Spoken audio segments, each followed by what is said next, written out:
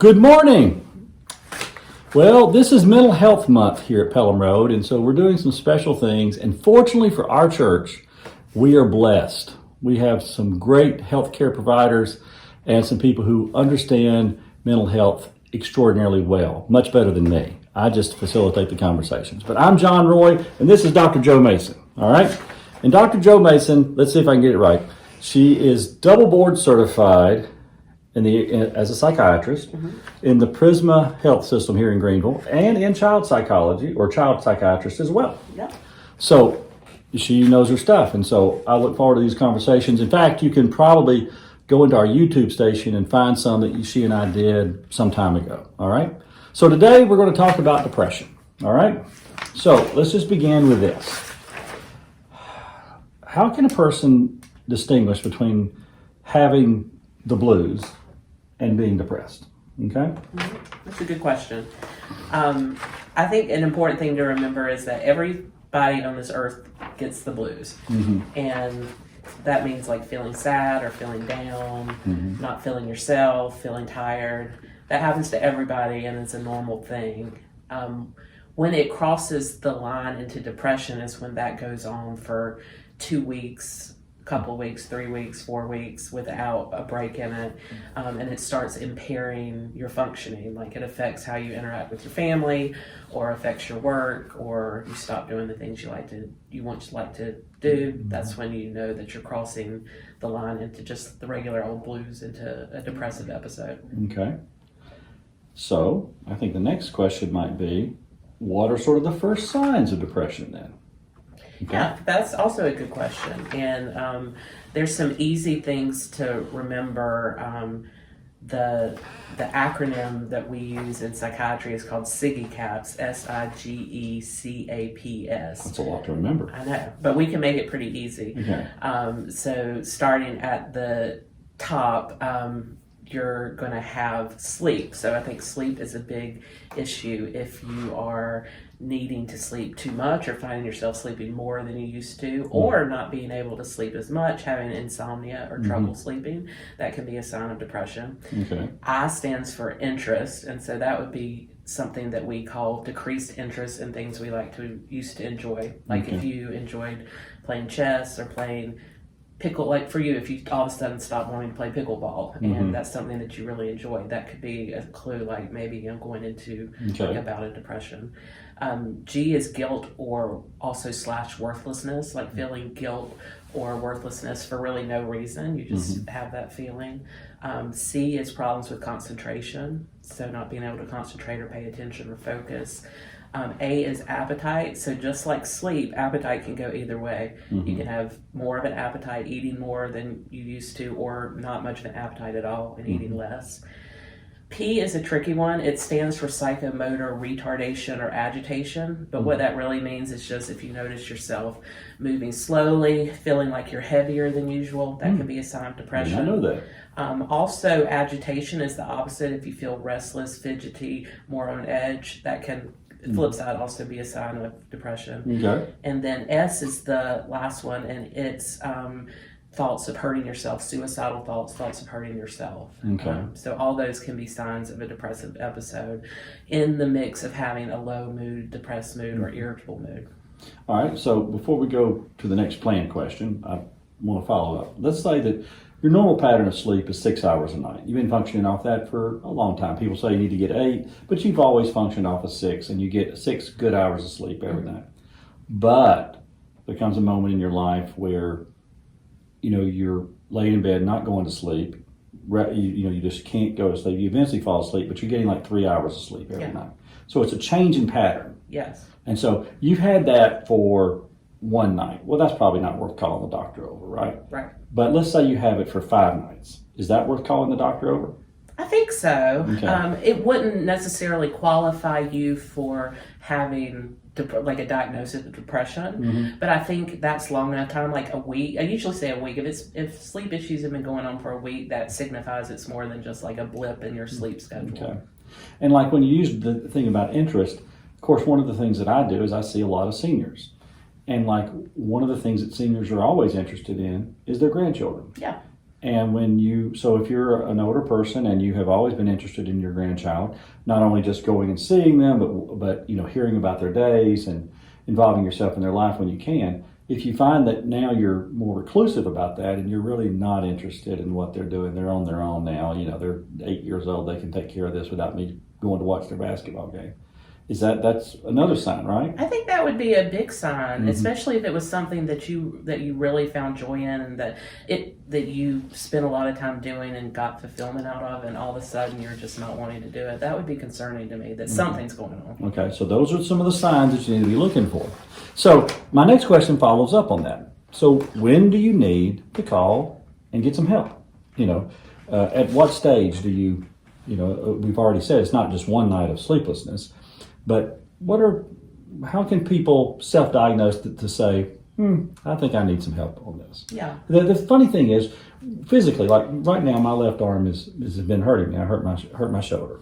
All right, well, I've hurt my shoulder before. And so I know that if I give it some rest for about a week, it'll be all right.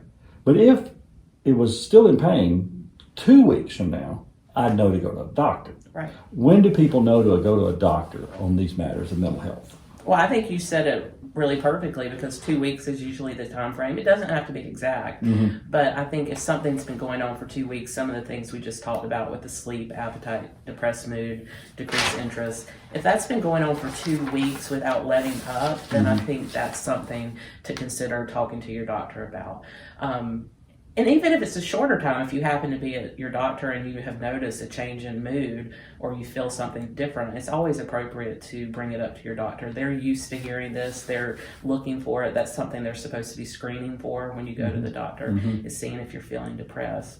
Now, all that being said, if there's ever a time where you feel super down to the point where you don't want to live anymore, or you're thinking about hurting yourself, we consider that an emergency and you need to seek help immediately. So that would be going to the emergency room or calling 911. Yeah. Okay.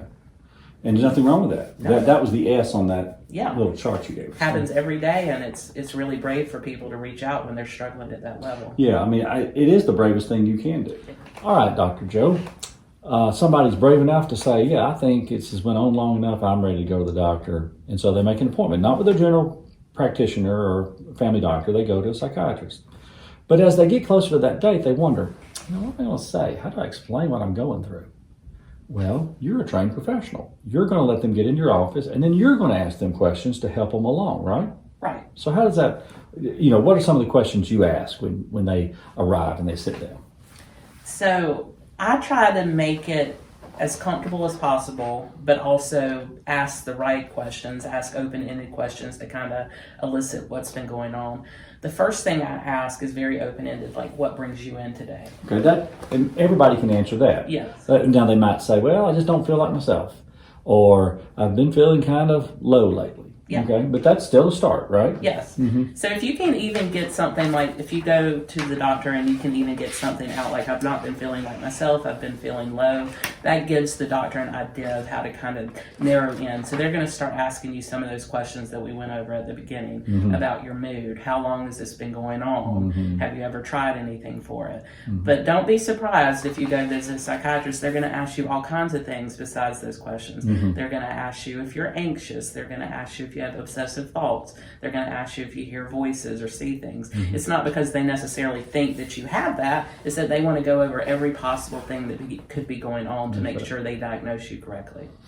And the worst person we can lie to is ourselves. The second worst person we can lie to is our doctor. We need to tell the doctor the truth. So when they ask you these questions, be forthcoming. Just tell the truth.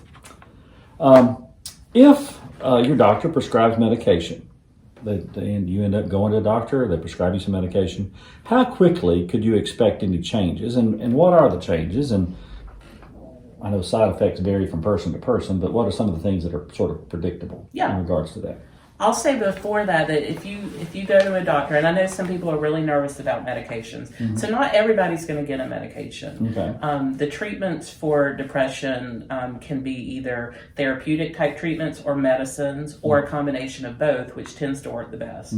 But if you've been having moderate to severe depression for a while, they might decide to recommend a medication to you. And probably what that's going to be is an SSRI, which is an acronym for a fancy word called selective serotonin reuptake inhibitors.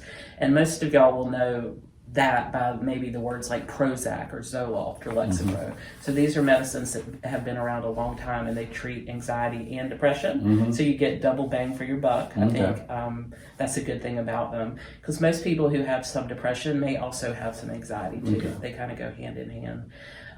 These medicines, the downside of them, they work very well in most people, but they can take up to 4 to 6 weeks to start taking effect. You may notice some changes in a week or two, like that you feel a little bit brighter, that your appetite's better, but you're not going to get the full, gamut of the possibilities that the medication can help you until you're on it for over a month.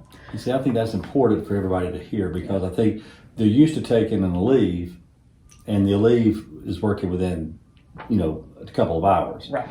This is not like that. It'll take a little while. Yeah, and that's frustrating for patients, because we want you to feel better fast, and you want to feel better fast. And we just, at this point, don't have the medications that work immediately. Maybe sometimes psychiatry will have that in the future.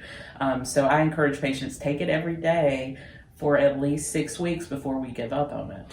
Yeah, and I maybe they'll develop a quicker way to do it, but I do think the slow bleed into your life is probably the best way to onboard that. I think that time has proven that seems to be a healthy way. Yeah, and a lot of times you'll notice people will say, I can't tell a difference, but their spouse or their siblings or their friends or their parents will say, I can tell a big difference. So it's always important to get feedback from people around you, even if you're like, this isn't working. Other people may notice that you are brightening up, that you are engaging more. Or you're not as negative. Yeah. So, that's a good thing. Ask the people closest to you. So, this is your get out of here question. Okay. So, what are the best practices, the best day-to-day practices somebody can practice at home to improve their mental health? Okay? Yeah. I'll speak for myself, which I think can carry over to a lot of people. For me, the number one thing is getting enough sleep. If I don't get enough sleep or get poor sleep, I'm going to feel depressed. I know it, and that's a sign to me. So sleep, I think, is the most important thing. Getting enough to eat and eating regularly is also important. You hear people talk about hangry. That's real, even on the depression side, like feeling hungry and sad or hungry and irritable. So make sure you're eating regularly. And eating, I'm not saying that you have to be on this special diet, but making sure you're getting a lot of different types of foods and nutrients. Drinking enough water, staying hydrated is a big thing to help you feel brighter and have more energy.